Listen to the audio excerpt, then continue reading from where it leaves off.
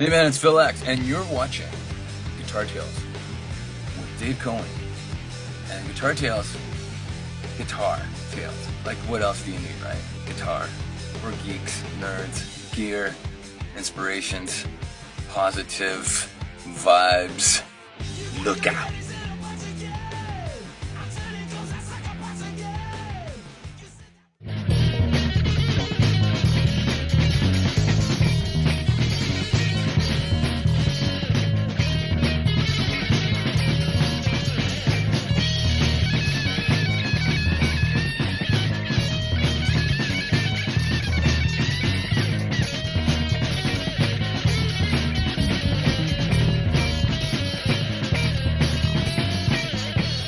I get scared every time Phil throws that guitar. I think it's going to hit me. I sort of rear back a little bit.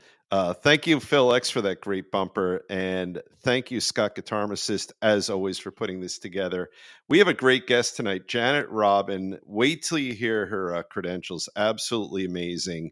I want to hear all about Lindsey Buckingham because she played with and toured with him for some time. Did a lot of work in the studio. Won Guitarist, Best Guitar Player in 2017, not for the entire world, but did very, very well in the rankings. And I think we'll learn that she's chatting with us from the West Coast, so that'll be pretty cool. But in the meantime, let's thank our sponsor. Shoot them in here, Scott. This is our new graphic, by the way. Confections of a Rock Star in Asbury Park, New Jersey. Hop, skip, and a junk from the famous Stone Pony. Great food, great people, and you'll see in a minute Alice Cooper goes there. All sorts of rock stars go there. And if you have a pooch, I would like to say they even have treats for your pooch, but don't give too many to your pooch. Take them for yourself. There's Alice.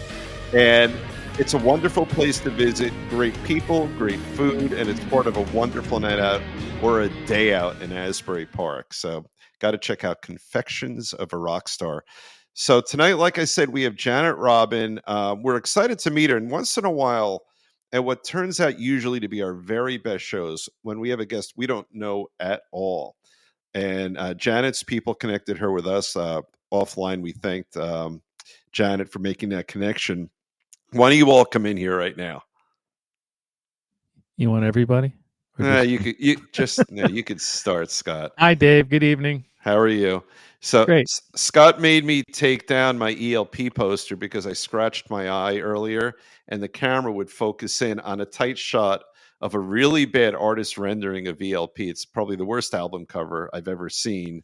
So now I have the Moody Blues back there. We'll put that up in post, and we can all laugh about it. Yeah, that's right. Yeah, we could. That would be pretty funny. But yeah, we have a cool guest tonight. I'm very excited. Yes, West Coast guest. I love West Coast guests. They're always so fresh and awake, and we're tired and sleepy here on the East Coast. Let's bring Janet on. Good morning. That's right. Good afternoon. It's probably that's like 5 right. o'clock there. Nah. Something like that. You are filled with more vigor than we are right now. It hasn't even started. It's almost wine time. So. Well, we drink on the show sometimes. Yeah. Oh, look at that. Yes. Hey. This is a rosé. I'm not really a rosé guy, but that's what I took for tonight. It's what was lying around. Whenever my wife and I go over to Dave's house, which is gorgeous, by the way, it's right by the water, we always bring the best wine we have in the house. Yes. Nice. So, awesome. Yeah. And then it was that night when I think Aaron and I think, had 3 bottles between the two of us. You guys drank like $500 worth of wine or something. I know. It was something. Yeah. She didn't tell you how much it was until after you finished it. No, I know. And you were really embarrassed. Oh my God, that was a $300 bottle of wine. It was. I can't tell the difference. I'm a whiskey and beer guy. But I'm a guitar guy, and that's what brings us all here together, right? Yeah. You're actually a good guitarmacist. Yes. Thank you for pronouncing that right. It's almost like I know this pharmacy thing, but it's almost like a magician thing.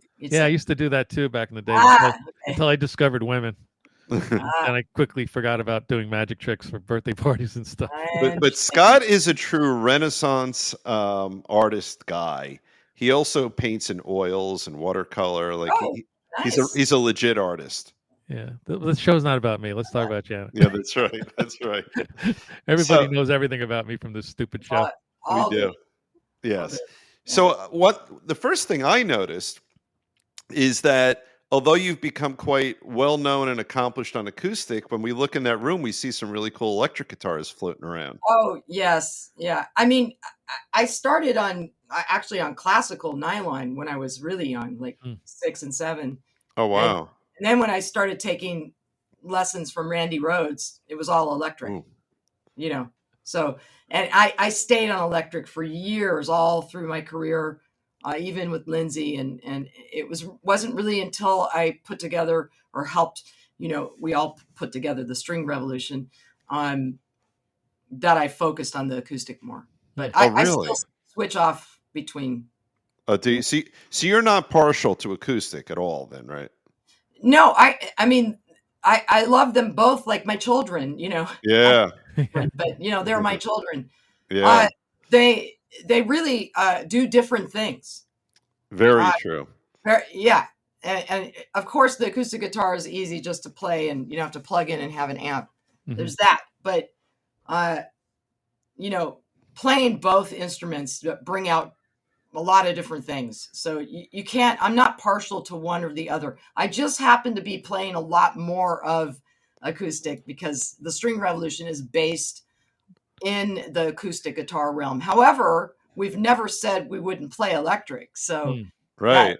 that may come up someday, but It's just the String Revolution. Doesn't mean it doesn't matter if it's electrified or not, right? exactly. Yeah. Yeah. That's I right. didn't want us to be pegged into some kind of, hole. But yeah, I mean, they really are two different beasts. There and 50 years ago or so, people got all pissed off at Dylan when he pulled out an electric I was guitar. literally just going to say that. Yeah. Yeah, I mean, that's just weird. Yeah. The fact is if you're a guitar player and a musician and you're a performer and a recording artist, you need to know how to play both, how to use both, Right. different applications, and use them for what they're there for. What they I were. remember that when Dylan went electric. It really pissed off people on Facebook. Remember that, Dave? Everybody was on Facebook complaining and ranting. That's right. And shit. That comment section. Oh, the comment was Can you imagine Facebook and Instagram back in the 60s? No. No, not at all. I literally I have this can't. really cool psychedelic poster of the Jefferson Airplane it's an original from the San Francisco days. It's all kind of crazy writing and stuff, Yeah. and the ticket prices are dirt cheap, and the times the shows are like in the middle of the day, and That's right. concerts at bookstores, and I don't know. It was a different time. Sometimes I wish I had been born maybe a little bit earlier to experience that. I was born in the 60s, so. But you weren't alive and growing up and all. Yeah. No, I'm a late 70s, 80s girl, grew up on Zeppelin and Bowie and the Beatles and Stones and all of that. Yeah, we're right there with you. I'm 60. Yeah, I just I'm 57, and I've been playing guitar 51 years. Wow. I started off on the drums. Ugh. I love drums. They're very good therapy. You don't have to worry about notes. No.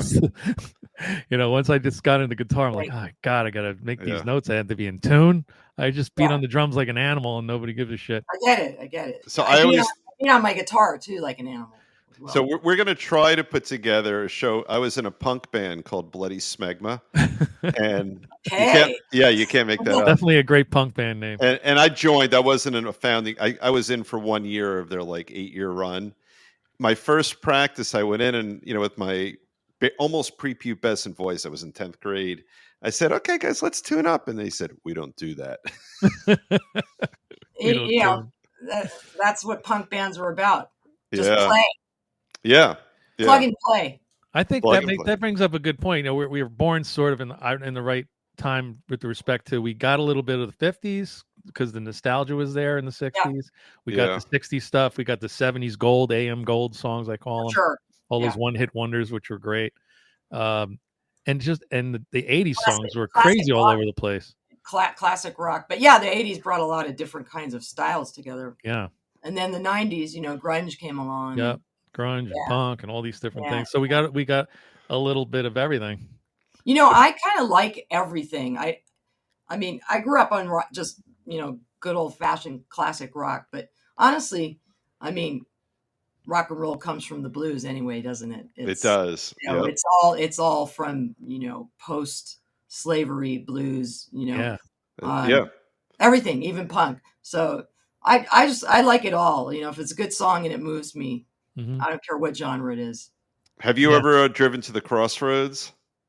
I have not. No. I came close. You know. Did you really? Yeah. You know, I've tooled around down south a little bit. Yeah, I would like to. I'm working on a project right now, with blues, like old blues masters, like old recordings, like Oh wow, you know, really old ones from like 1920, you know, and most of those are acoustic based, pretty much, right? You know what they are? They're one microphone in some back room of a fucking bar somewhere. You know? Right? Yeah, yeah. The guy or girl is playing, and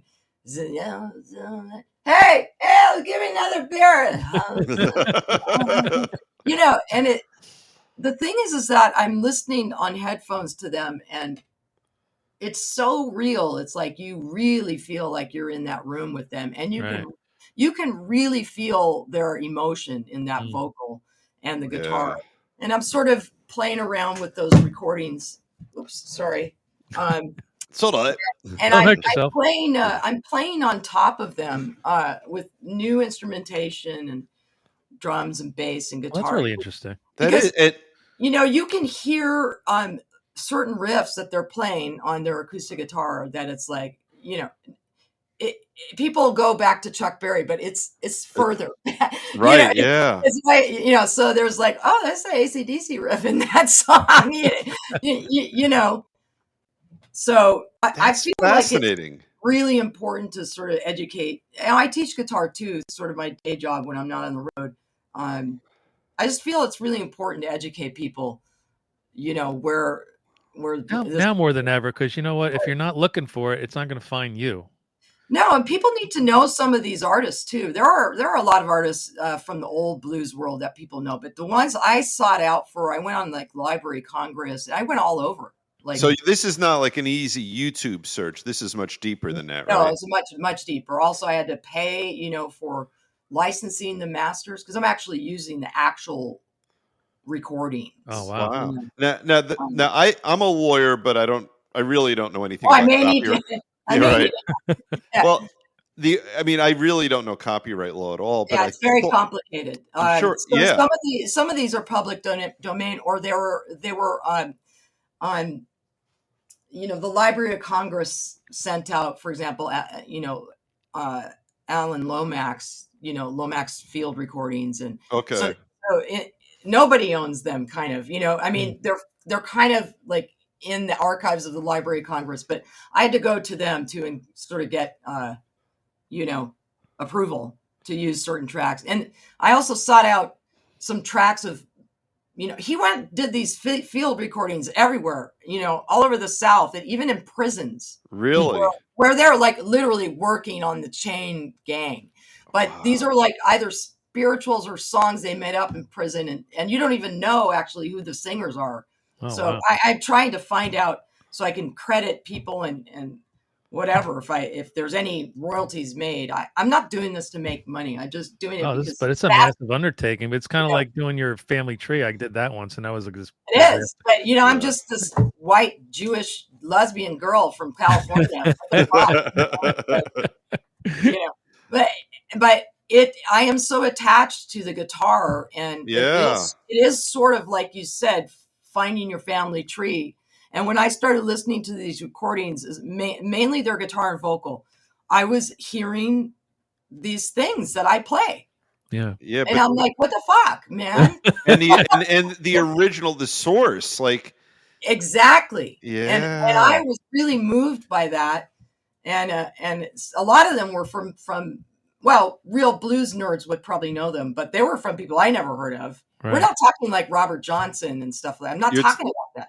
Talking about like, other people. And then several women, by the way, like, you know, of course, Memphis Minnie. And, you know, these people were before Sister Rosetta Tharpe and all. She's great too. I'm just going way back. Yeah. We had a blues artist on yesterday. We just did the interview, Anthony Gomes, and we were talking about how nichey some of the blues artists are. and real fans of the blues go on those deep dives and find those names nobody's ever heard of. No, it's everybody knows the Robert Johnsons, the Stevie Ray Vaughns, and all that. I love which all is that. great. But there are so many other artists that don't have the notoriety that those guys have. Totally. And every bit is great. There's a song you do know the banjo came from Africa, right? I hope. I did not know that. Okay, well. Now I do, though. You learn things on this show. The banjo is a drum with strings. Right. Right, that makes sense. Yeah. So that came over on the slave ships. Okay. And how it made its way on, and got into all kinds of communities. But there's this one song of this guy's playing banjo, and it sounds like an Elvis song, which makes sense, doesn't it? Because he stole all his shit. Right, yeah. Yeah. I mean, anyway, that's sort of a side project I'm doing. It's called Blues Renewed. And then how do we find it? It's not out yet. It's a recording project, and I've got about 15 songs that I've worked on. I've played all the instruments and mixed it in a way. I had somebody else mix it, but we didn't do like EDM versions, of these songs. Right. Yeah. You try to make it sound authentic, but also modernized. Yeah, I did, and I tried to update it, renew it a little bit, so that what if these guys were around now playing blues, but it sort of would sound like now with digital. Because honestly, you're doing a massive project like this. You're really bringing these unknown people to the forefront. Credit. Otherwise, they've been vanished and forgotten forever. Well, you're like an archivist. Yeah, that's the word. That sounds super cool. I'll let you guys know when it comes out. But I'm so busy with the String Revolution right now that it's not shelved. It's there percolating. but it's not prominent. It's like I'm looking at my office desk. It's like guitar back here, law over there, and you have the bottom of the pile and the top of the pile, but it's still on the pile. It's basically finished. I've got about 15 songs. I was considering maybe doing 18 to round it off, or 20 total.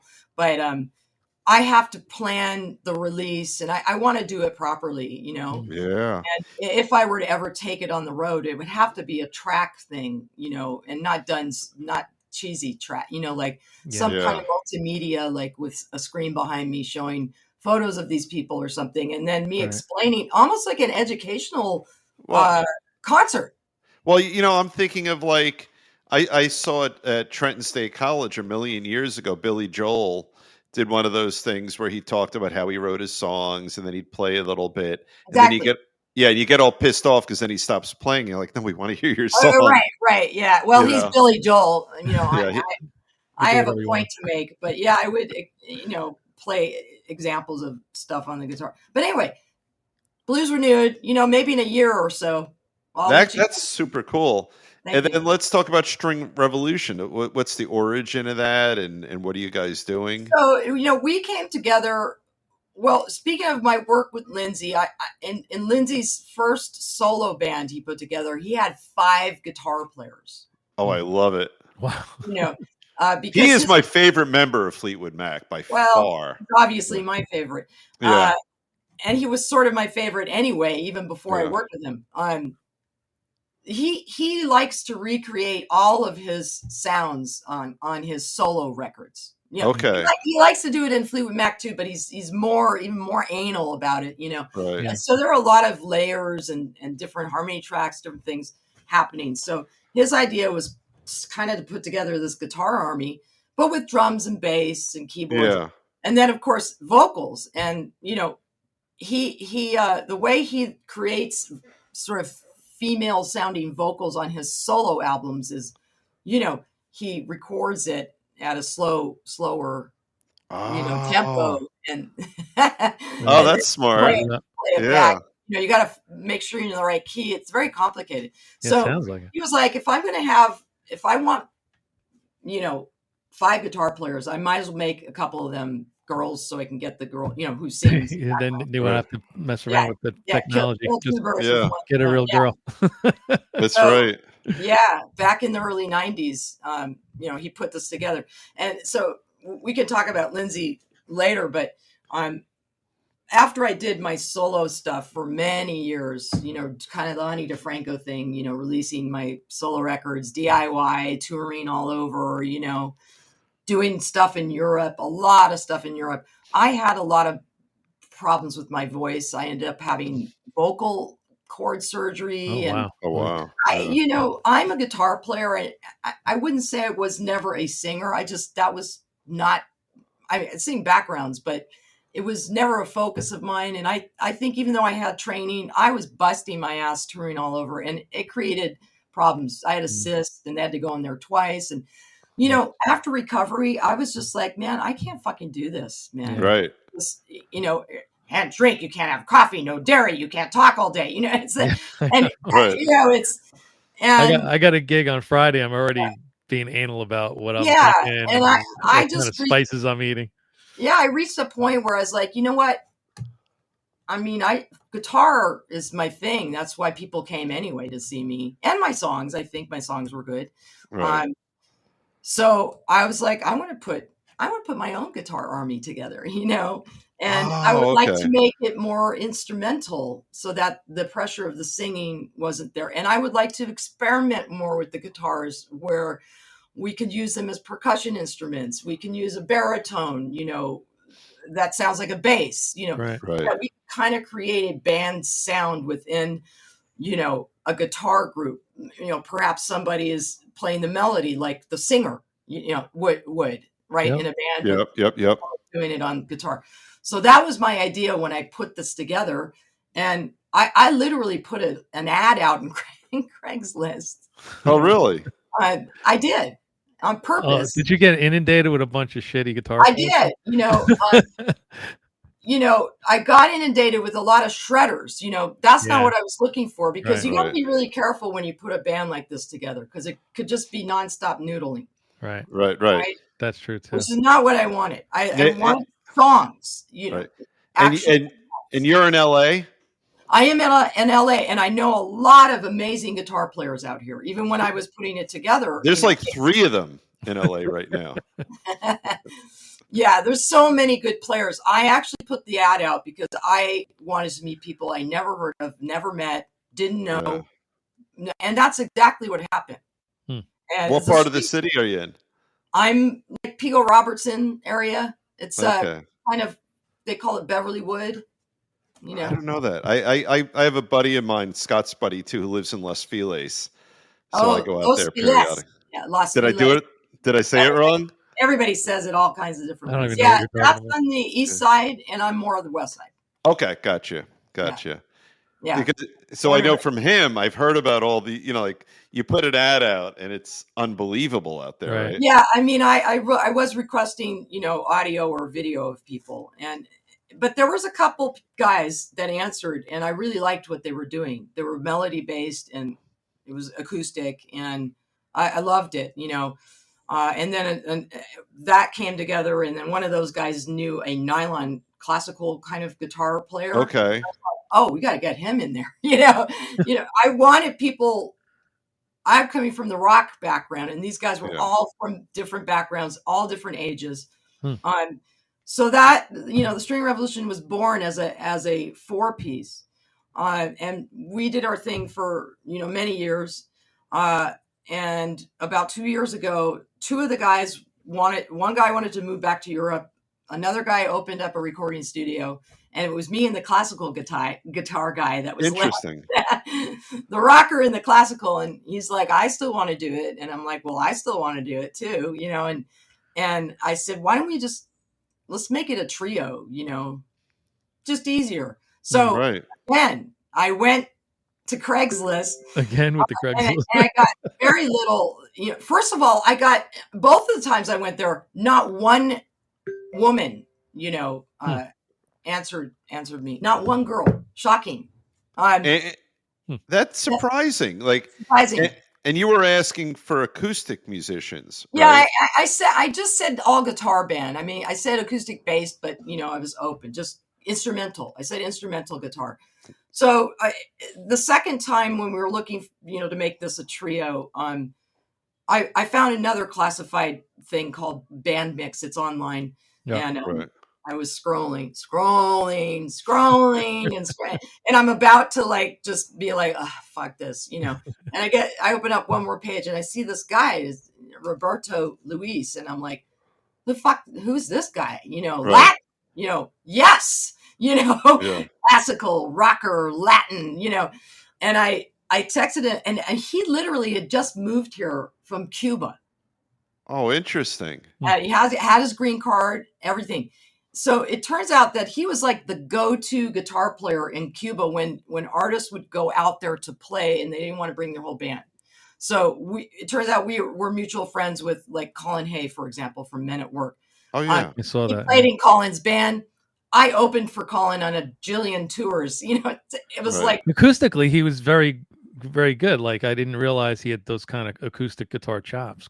Colin. Oh yeah. Oh, he's great. He's like, great. Really, really great. And so Roberto also played with like Jackson Browne out there and everything. And so he came here with his wife and child, baby, basically. And he was like working in a factory or some shit like that, looking for work, Wow. Trying to get out there, and I'm like, hey, I'd love to hear you play. He had one video on his Instagram. That's it, huh? Like 10 followers. But you know what? Sometimes that's all you need. I heard him play and I was like, this guy's fucking great. So he is from Cuba, but he's got this bluegrass background, like that kind of shit. And I'm like, and he plays band. Wait, how was that? I knew you were going to do that, Tara. He does that to me all the time. Yeah. All the time. No, he's amazing. And I thought, oh, this guy's going to be great. He has a lot of different influences. And so String Revolution 2, Part 2 was born. Yeah. It's Janet, Marcus, and Robert. And, we played a show. We didn't have management. So, everything happened all at once. We found Robert. We played a show out here at a club. Miles Copeland, who's kind of I don't know if you know Miles Copeland, but he's kind of a big manager. He used to manage Sting and the Police. And he's Stuart. The last name sounds familiar. Yeah, Stuart's brother. And, yeah, okay. Him and his partner showed up at our gig, and those guys had left. We ended up getting a manager, and then we started. We're kind of known for redoing covers in very unique ways. And so we had previously released Crazy Train, and then we picked a new one, Folsom Prison Blues. Yeah, I'm going to put this up right now because I'm friends with you can hit that QR code and go right there. There it is, yeah. John Carter Cash had produced 2 of my solo records, my singer-songwriter solo records. And I just thought, let's do a Cash song. Let's go to Cash Cabin. Let's have John, his son, produce it. And then let's get a special guest, i.e. Tommy Emmanuel. And so that all came together. Then we got nominated for a Grammy. Then we won the Grammy. So I know, it's like crazy. Roberto from Cuba. You had me at I took lessons from Randy Rhoads. But I know. I saw Scott's face. His jaw just dropped when we heard that. Yeah. And I'm so happy for him because he's worked his ass off, even in his native country. And that's just the way it is here in the United States. Fucking work hard, follow your dreams, and you never know who's going to call you or find you or whatever, And it was just the right magic, the 3 of us, and so that's what happened this year. It's been just really good and crazy, it's eye-opening, blowing up all of a sudden. It's like just eye-opening, I mean, is there a bigger honor as a musician than winning a Grammy? I don't think there is. No, there is not. Business-wise. That said, are there a lot of amazing artists that haven't won Grammys? Of course, right, yeah. But to get that honor, like when you look back on your career and what's in front of you, not just behind you, like that's just truly. Like that's a milestone. It's a milestone. I agree. And the Grammys are, voted upon by your peers. Right. It's not record labels and whatever, or fans even. Right. So, I mean, we're relatively unknown, starting to get more known, but that's how a relatively unknown band can win a Grammy. Get you on the, get you noticed, get you on the map. Next thing you know, and you never know who's listening or watching. do good work, do good recordings, put your heart and soul, into it. Yeah. And I always tell people, this is a 35-year overnight success. I mean, everything that's led up to this point, to the point of getting a Grammy, contributed to it. You So, understand? yeah.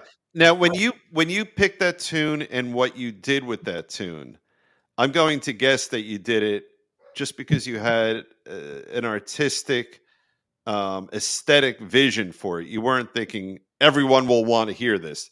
This is what we artistically want to do. No, we picked the song because we like that song. It's a cool song.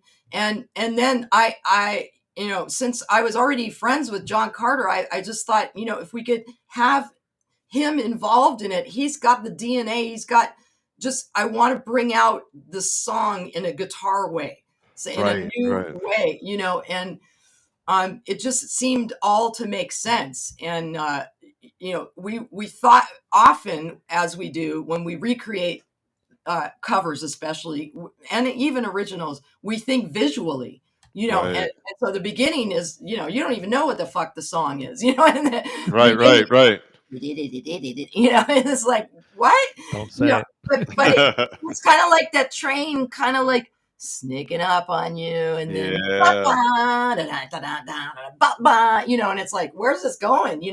And then in comes it, Tommy. I mean, doesn't get much better than that, and literally like 2 takes. That's it. 2 takes. And he was there about an hour, and I'm like, don't leave, wait, I know the feeling. My mother sent me a video of a little kid who was like 10 years old, could play drums better than anybody I've ever seen. I'm like, you know what? Please don't send me that shit.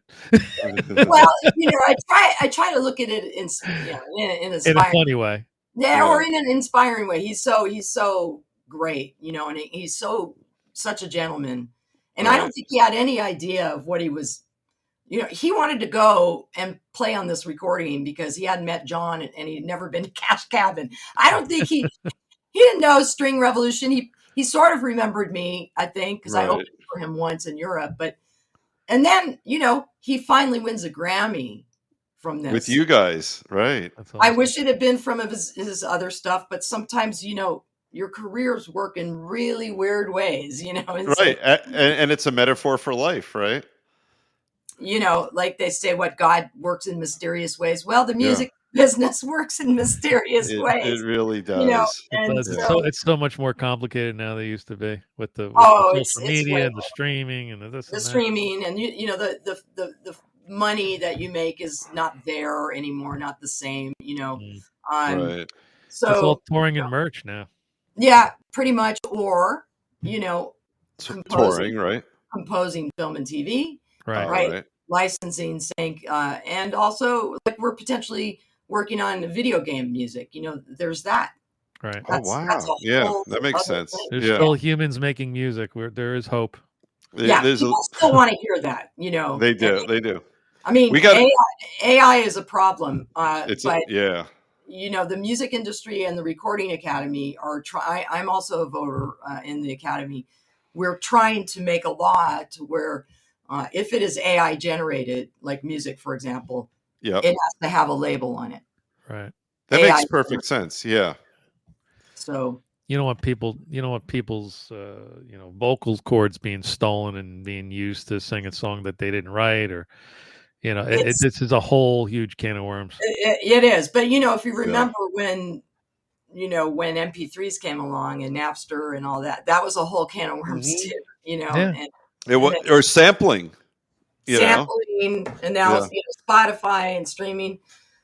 We'll muddle our way through it, but sure, AI can create some interesting things, but there's nothing like the human creative mind. No, there is not. I just heard Eminem's new song. He's using Abracadabra by Steve Miller. I know, but I mean, at least Steve is very happy. Steve Miller, and Steve Miller got paid. And Steve Miller's a huge difference than just stealing and using some shit without anybody's approval. I think it's great, but these big artists are selling off their catalogs for millions, because that's smart, because they're not going to make any royalties. No. And Steve Miller, I heard in an interview, he was thrilled that they did that. Yeah. He was honored to be in it. which is interesting. Like Tracy Chapman, it was redone by the country singer. Right. She made bank. Yeah. But anyway, yeah, I digress. Well, that's all we do here. That's the whole show. That's kind of the story of. We're talking about Chachi and Joni yesterday, so there's always digression going on around this damn show. So, with no particular segue, let's talk about Lindsey Buckingham. How did that happen? In high school, I joined an all-girl band called Precious Metal. Love it. I saw that on your Wikipedia page. Yeah. We were more like power pop rock than metal. We were like Poison or something like that. And we got signed a couple of times to major label deals, and eventually we broke up for various reasons. And there's a whole thing about that too. If you read my Wikipedia page about Donald Trump being involved, and that was a weird story. Anyway, I was just sort of lost, and when we broke up, and I started a band with the singer from that band, and I just started thinking I should just play with other people, other bands, whatever, And I got a call from a person who's responsible at that time, kind of an agent for single musicians and placing them in bands.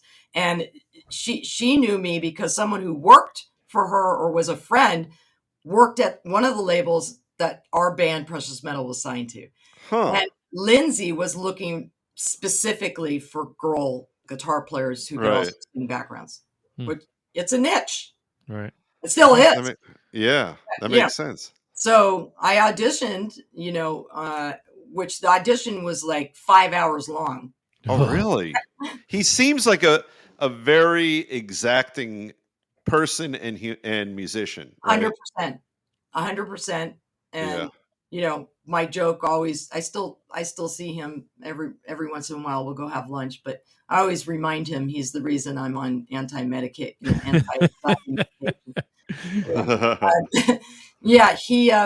That audition was crazy because I think he wanted to just like get a feel for. It's one thing to play the parts and sing and all that, but you're living with these people on the road. Right. Yeah.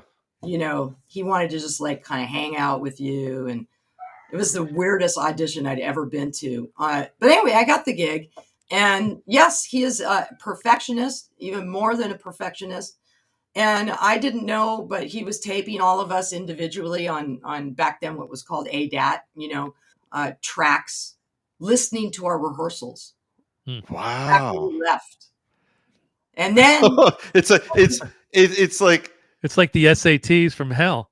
Yeah. I don't even know. It was crazy, but so he was recording you when he wasn't in the building. No, he would record us while we were rehearsing with him, but we didn't know we were being recorded on separate tracks, our guitar and our vocal. Then he would listen, solo everything, and listen who's singing that wrong note or who's playing that right. And then he would have meetings with each one of us.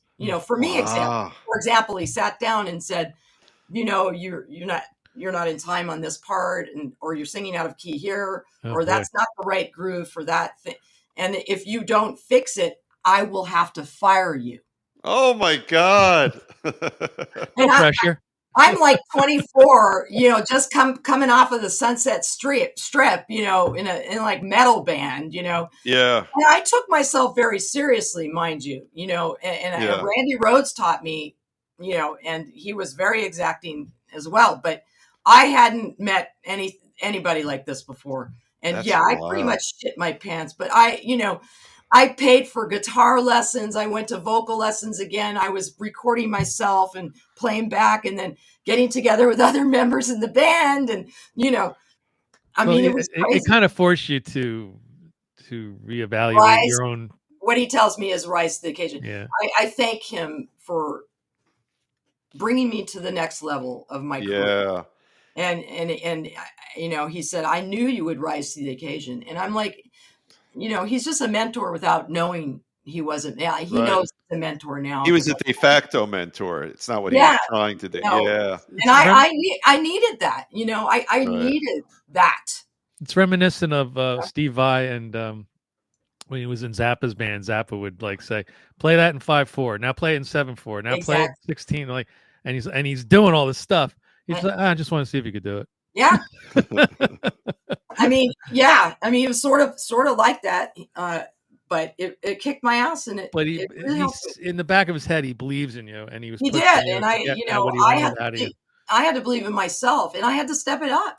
I think Mm. I was taking it for granted, like you do when you get a gig like that. And so that gig really changed my life. It really did. I was like in college with precious metal. I call it like my college. And then when I went to Lindsay, I was in like grad school, Right. And who would have thunk, if you look back on where your career has gone up through today, that Lindsay was not the pinnacle, because then you go on to win a fucking Grammy.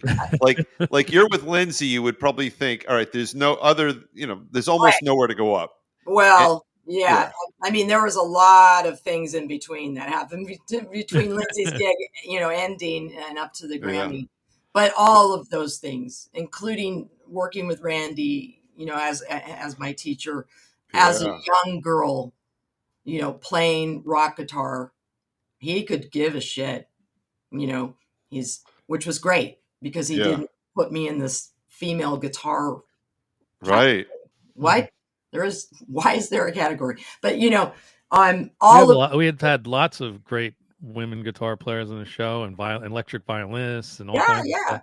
Yeah. And even young and up and coming there's a lot more musicians. Definitely a lot more than when I was coming up. But all of that leads up to where I am now. And of course, I was extremely lucky to have parents who supported me. That's a big deal. And did it make you feel like shit about yourself? Helped you feel good about yourself? No, yeah. No, I can make myself feel shit.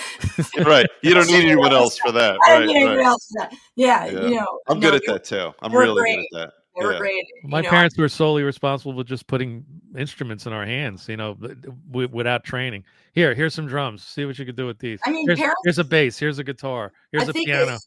Parents, it's good to have parents expose their kids to a lot of things. And I tried karate. I tried ballet, dance, sports, and my brother started playing guitar is what happened. And I thought it was the coolest shit ever. And I was like, and then my mom said, I might try lessons. And so when she did it, then I thought, well, I'll try it. And, I don't know what happened, but like, I felt very comfortable with it.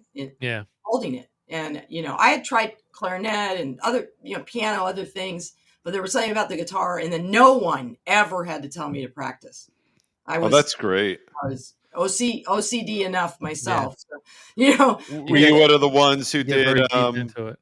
25 or 6-4 Smoke on the Water is your very first? Yeah. I mean, with Randy, it was.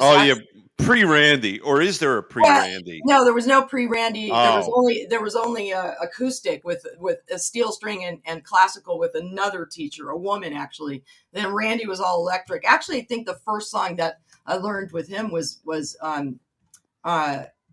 Chuck Berry, Johnny Go Johnny Go. Johnny Be Good. Yeah, Johnny Be Good. Yeah.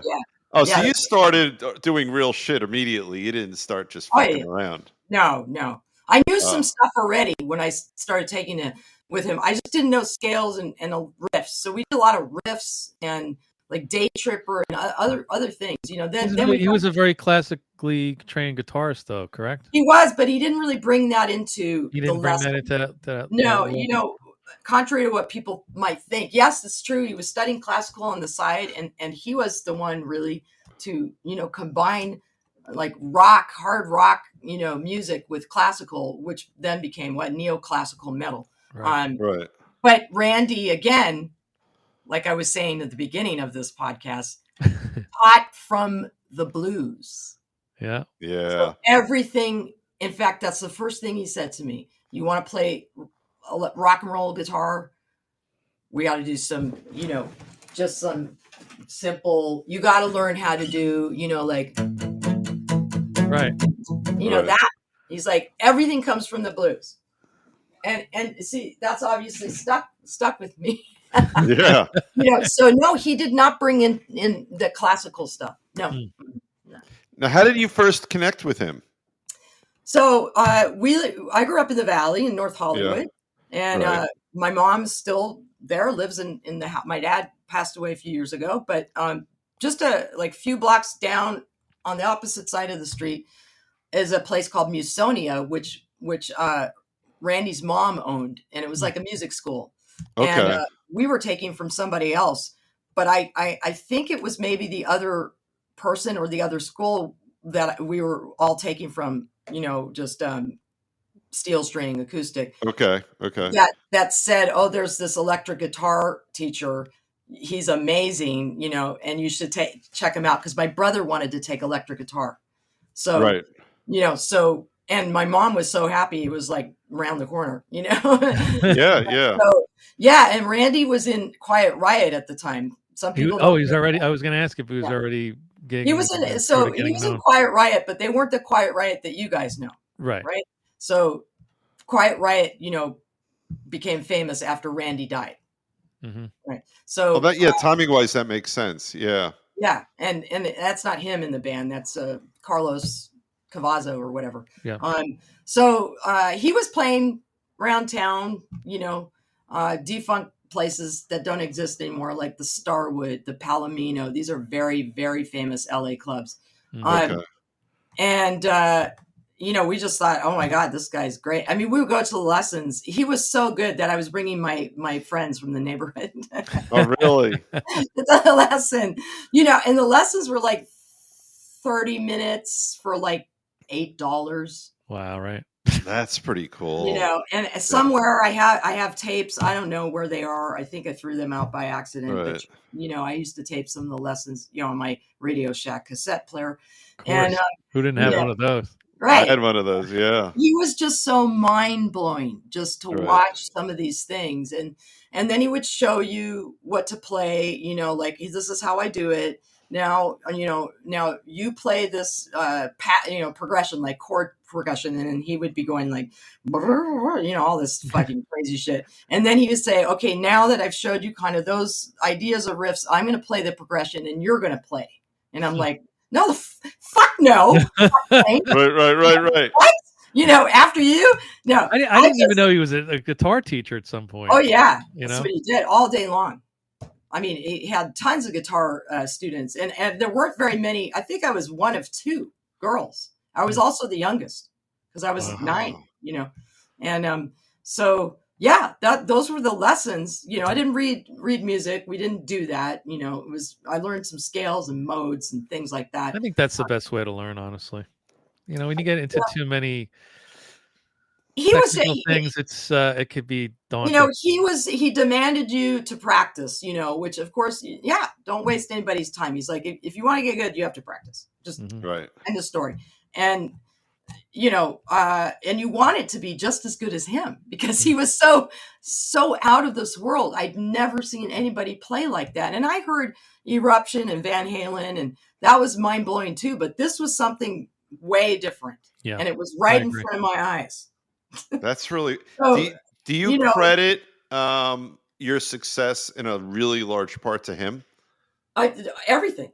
Wow. Everything to him. And because also when I was about 2 years into lessons with him, I was about 11 or 12. My parents started taking me to these clubs. They would chaperone me and my brother, to go watch him. So then you see him, and then you see the performance. So it's not just playing. Performance is very important. Everything, I just saw him on stage, and I was like, well, I can probably do that. He's doing that, and you're not thinking, anything in specific. No, but it's an aha moment. I mean, we've all had them. Kind of, very inspirational. I got mine seeing my father play drums for the first time. He played drums for years and years and years and years, but we lived in an apartment, so I never saw him play drums. I never saw a band practice. Yeah. And then I saw him play drums once, and I was like, I want to do that immediately. Right. It's in your genes or something. I had it every week with him, Thursdays at 7:30. That's amazing. My lessons, and I think when he passed away in high school, it was devastating. I felt like I lost a family member. My mom actually called my high school and took me out of class. Wow. To tell me what happened. You Yeah. know, Well, that makes sense. I mean, he's central to your life, was yeah, you know? Ryan, but And the I say fans get it. upset, but sometimes the fans forget that these are real people that have real Oh friends, God, and Yeah. real yeah, families, and their fathers and their daughters, and yeah. And Yeah. his mother, and it's his 10 mother times was worse for still them. teaching at Musonia, and I stayed in touch with his family and his mom. And I think when Precious Metal got signed to our first record deal with Polygram, I came by and I said, "Here's our record," and she's like, "Oh, Randy would be so proud, Yeah, that's record nice. That's deal." beautiful. Like Yeah. we had Is it. she still You know, around, Miss Rhodes? she passed away about 5 years ago or so, Yeah, and sort of kind of recently, yeah. a couple of us students that are still in touch with his family, we were asked to play D, which is a very famous Randy Rhoads classical song about Mhm. his mother, Dolores. Mhm. And I mean, it's for his mother, it's Right. instrumental. We played it at her funeral, which was Oh, that's nice. a really nice honor. But I would come by and visit, and she'd have the Precious Metal album, standing up next to his poster. And That's cool. I mean, yeah, the world lost a genius, but Mm. you just think of all the people, he influenced. And the Yeah. last time I saw him, he came to teach in between Aussie tours. So Wow. there was a break and he came back. I continued taking lessons from another student of his, actually older, Yeah. that took over for him. And then he came back and I saw him one more time. Hmm. And I was in high school. I was 15, So he and really loved to teach then. That's so, oh because yeah, obviously the touring is very grueling and and I demanding. love And teaching to too. finally get a break, and instead of taking a break, he wants to teach more. He I think wants to that's teach. beautiful. And the last thing he said when my mom picked me up was, she really has improved since I left, and I think when she gets to be my age, she's going to be just as good. And I'm like, no Oh my way, God. no, But just to hear that is beautiful. just to hear it was great. And he would Yeah. always instill, I think, in all of his students, don't try to be. He would say, don't try to be like me. Right. You do you. Yeah. Yeah. Be your Yeah. things. When you hear my playing, you can, I think, hear a lot of different influences. Lots of influences. Lindsay, fucking Randy, and then back to what I grew up listening to: Zeppelin, Heart, and Nancy Wilson, also another Yeah. influence Do you who I ended up writing songs with, and so all these things. do you feel that I'm getting this now at my age? I feel like I'm kind of plateauing. I don't think I can get any better. I don't think I can learn anything. And then suddenly I am learning something out of the blue. Yeah. I mean, I think with anything in life, you never stop learning, but certainly with music, which is what I'm, accustomed to, and playing guitar, it never stops, never. And that's like what I like about it. And it always keeps you in check. Once you think, oh, yeah, I got that fucking thing, then Right. you go see Tommy and Emmanuel, and you're like, I quit. I got to learn more. Yeah. I mean, so no, that's the beauty of it. You're always, When you're learning in the beginning, it's you're absorbing everything, you're learning everything, you're learning very quickly, and Yeah. like Randy said, wow, she really got great in a short amount of time. You have that moment of it's really fertile, and you're learning a lot of stuff very quickly, and then all of a sudden it's like you get in a little bit of a rut, but that's when you need to challenge yourself, right, and try to 100%, and come up that's with some part new of the stuff. reason, kind of the reason I teach, because I first of all, I don't have only kids, I have all ages, but some Okay. people come at me with songs I've never fucking heard in my life, Yeah. and they're like, Yeah. I want to learn this song, so I have to look it up, I have to find the tabs and listen to the video, and it's like on the spot, just like Zappa played in 5/5, played in and Yeah. that I've actually become a better guitar player and musician from teaching. Yeah. I think that applies to everything. I mean, Yeah. I play guitar, but in my day job, I lecture other lawyers, and every time I lecture, I come out as a better lawyer from it. And that is if you actually apply these things. Yes. I limit my students to a certain amount. I think I have like 12 or 13 students, because I would, first of all, go insane. And second of all, I would have Yeah. no time for String Revolution and composition, other Right. things I'm doing. And also it keeps me in the game, doesn't it? So that I can bring back in real time, a real working musician, bring that into my Yes. students. Yeah, that's got to be amazing for them. You're giving to them what you got from Randy. 100%. I call them my Randy Rhoads grandchildren. I was just going to say that. That's exactly And what I was one of them just graduated the guitar program from Pepperdine. Whoa. Wow. And is I didn't now even know they had a guitar program. I didn't either. Yeah. Oh yeah, with he runs it, the very famous classical guitarist. What's his name? Anyway, it'll come to me. The Segovia is long dead, right? No, but I think he studied under him. Okay. American guy, Christopher Parkening. Okay. Yeah, teaches there. And my student Garrett graduated this year from there, and now just got accepted to USC Guitar Performance Masters program. And he started out talent out there. Now, I was teaching him Eruption. Yeah. Yeah. So we don't have children, so that's my kids. Those are your kids. Them and your guitars. They're my kids, and even the older folks I teach. It's like their therapy, their yoga. They just love it so much, and so I'm happy to give back because you always get, what you give. Oh yeah, absolutely. Right? And I try to pick my guitar up every day and try to learn something. Good, yeah. Every day. Both my parents have Alzheimer's, so I really need to keep this going. You keep the muscle working. Yeah, I need to be challenged and to keep going. And I like playing solo, but I think also when you're in a band, it keeps you on your toes too. And you're responsible. You have a duty to your fellow bandmates. Yeah, I'm my harshest critic, but I got to admit sometimes the band will go, I don't know what you're doing there. It doesn't sound right. You don't. Yeah, I say the same thing to the guys, and the guys say it to me. What the fuck was that? Yeah. And you have to dig. We were just doing that last night. And then I go, oh, you know what? I think you're right about that. Actually, yeah. It keeps you humble. Yeah. Which is always really important as an artist, because once you think you know everything, you're fucking done. You're done. That's I play in a very competitive area here in New Jersey, in Asbury Park, and there's tons of great musicians around here, and I look up to all of them, and they're all friends of mine. And I hope I inspire them as much as they inspire me. At my age, I'm not in a competition anymore. I was younger, was like, oh, I'm better than that guy. This guy's better.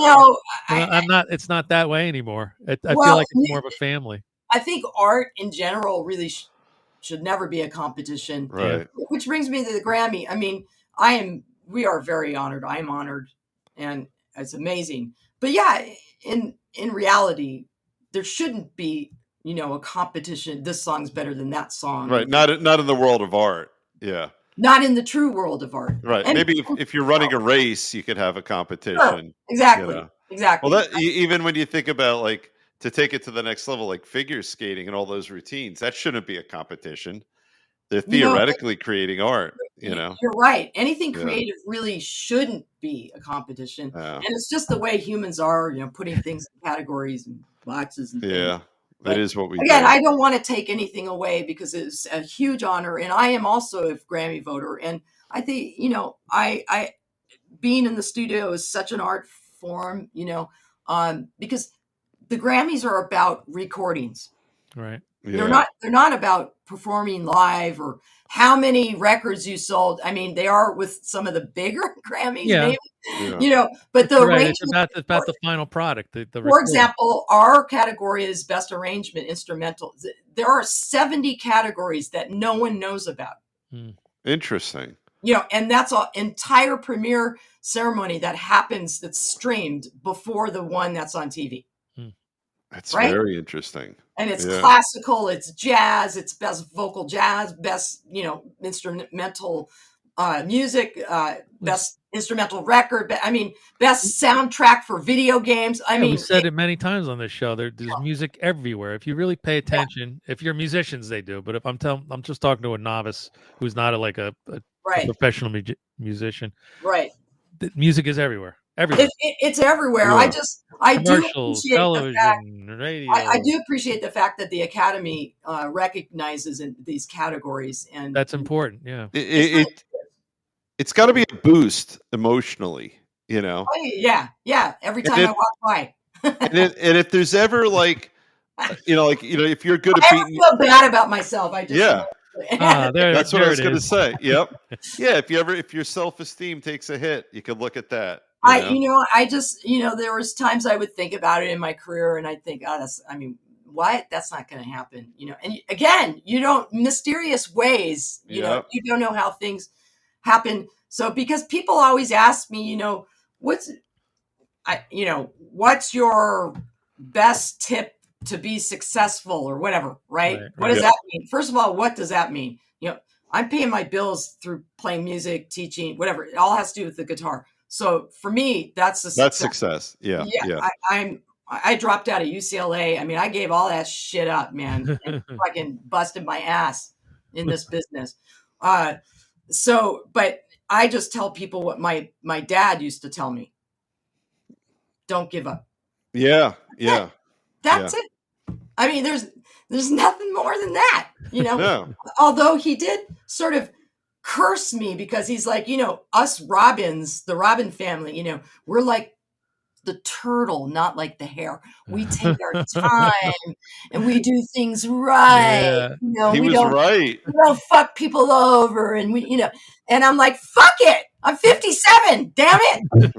Yeah, but you had your 35-year overnight success. Thank God my mom is still here. My dad, I lost him a few years ago, but I know if he had been here, he would have been like running up and down our street with a fucking bullhorn. Yeah, that's gigantic. It's absolutely gigantic.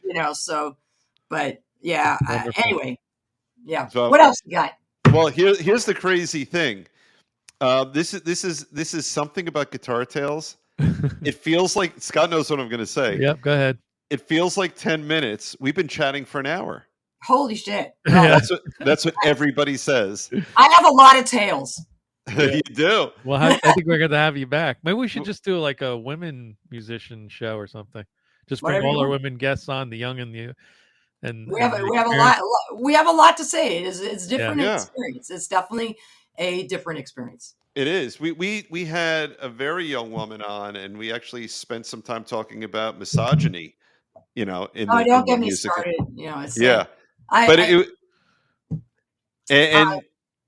get it from someone that young to have a real mature voice about it. It starts very young, though. Yeah, doesn't it? Like, man, you play really good for a girl. Yeah.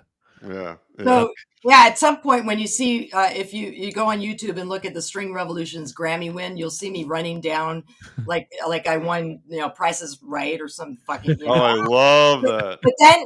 But wait for that, because my speech, they have to nominate somebody to speak when you win, because otherwise you have to take too long. So.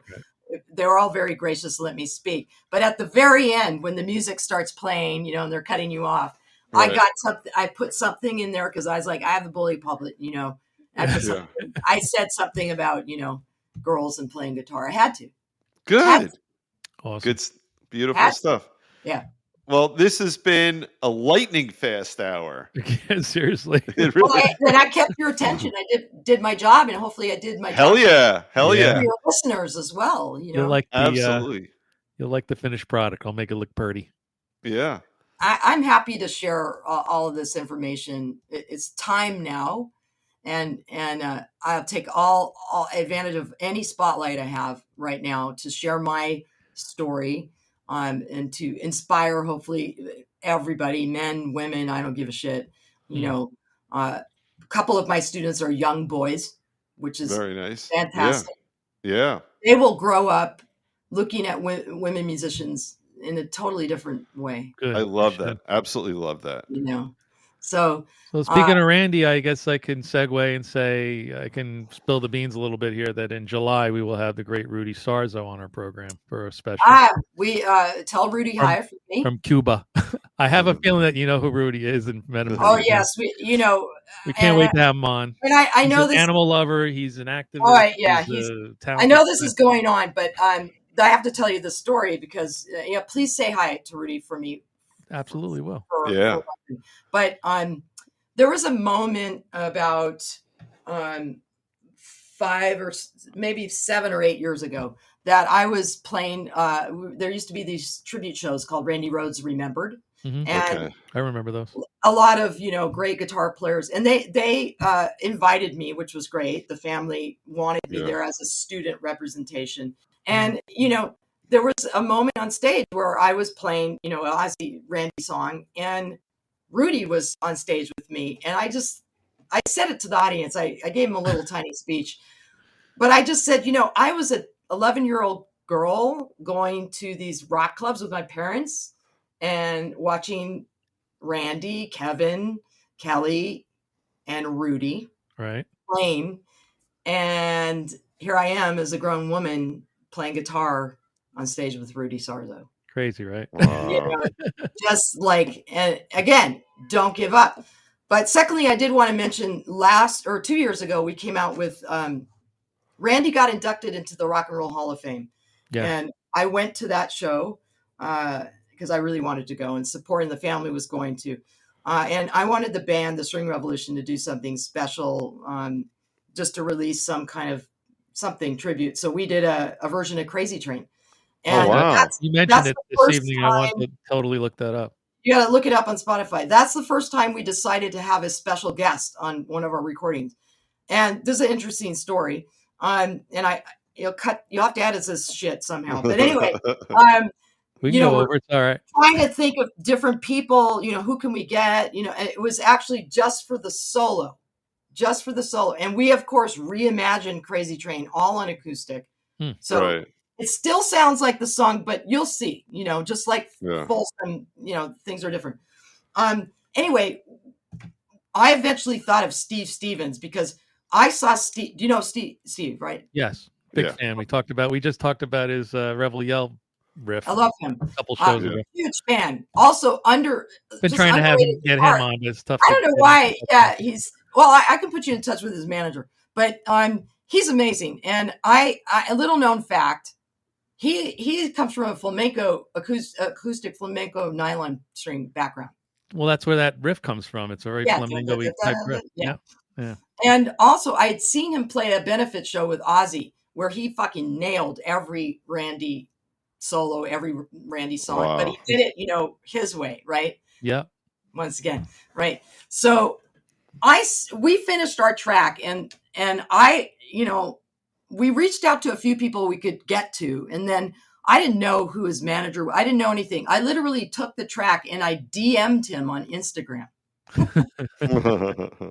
Again, like the Craigslist ads. I tried to go that route, try to get him on the show, and it didn't go well. I'll put you in touch with him.